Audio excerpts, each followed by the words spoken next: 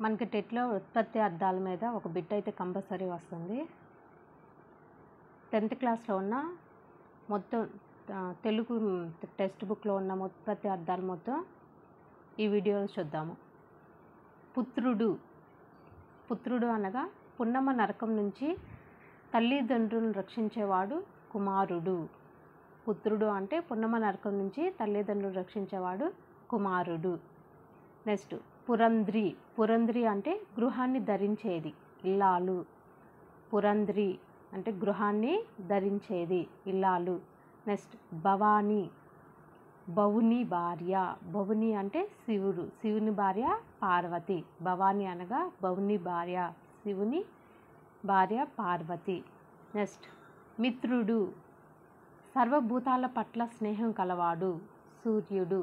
మిత్రుడు అనగా సర్వభూతాల పట్ల స్నేహం కలవాడు, సూర్యుడు.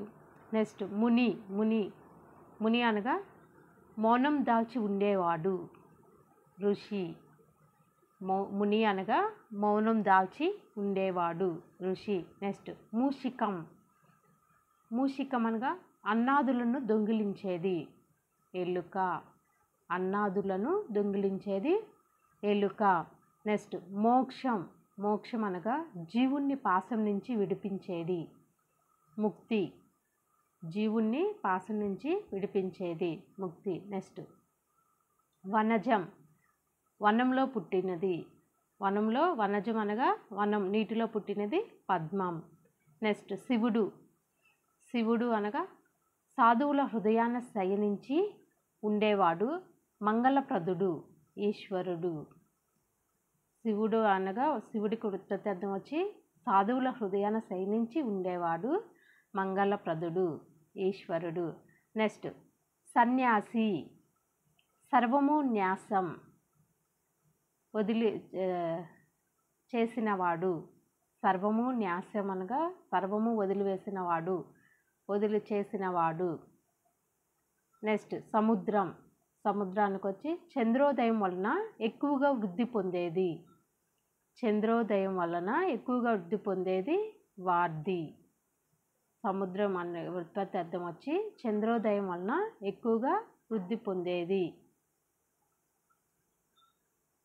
నెక్స్ట్ అంగనాకు వచ్చి ఉత్పత్తి అర్థం శ్రేష్టమైన అవయవములు కలది. అంగన అంటే శ్రేష్టమైన అవయవములు కలది, స్త్రీ.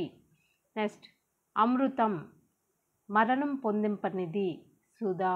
అమృతంకు ఉత్పత్తి అర్థం వచ్చి మరణం పొందింపనిది, సుధా. నెక్స్ట్ ఈశ్వరుడికి ఉత్పత్తి అర్థం వచ్చి స్వభావం చేతనే ఐశ్వర్యం కలవాడు.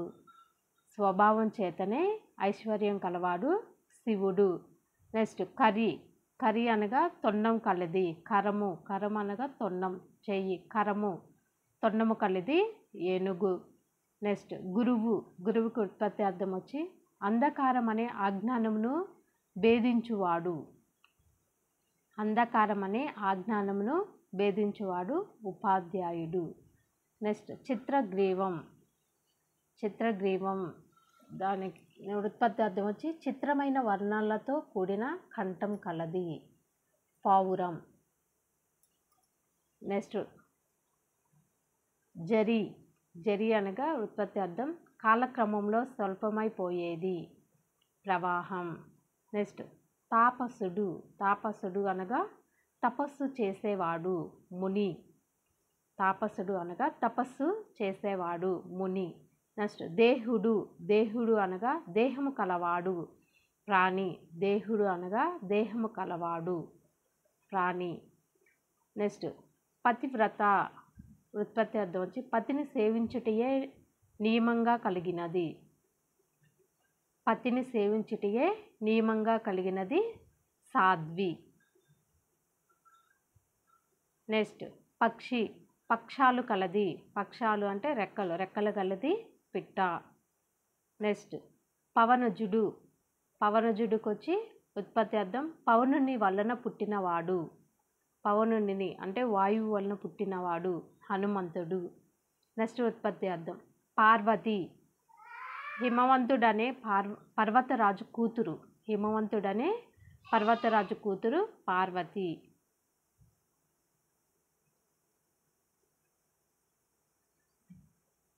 వీడియో నచ్చితే లైక్ చేయండి. ఇలాంటి వీడియో కోసం అయితే ఛానల్ని సబ్స్క్రైబ్ చేసుకోండి. Thank you.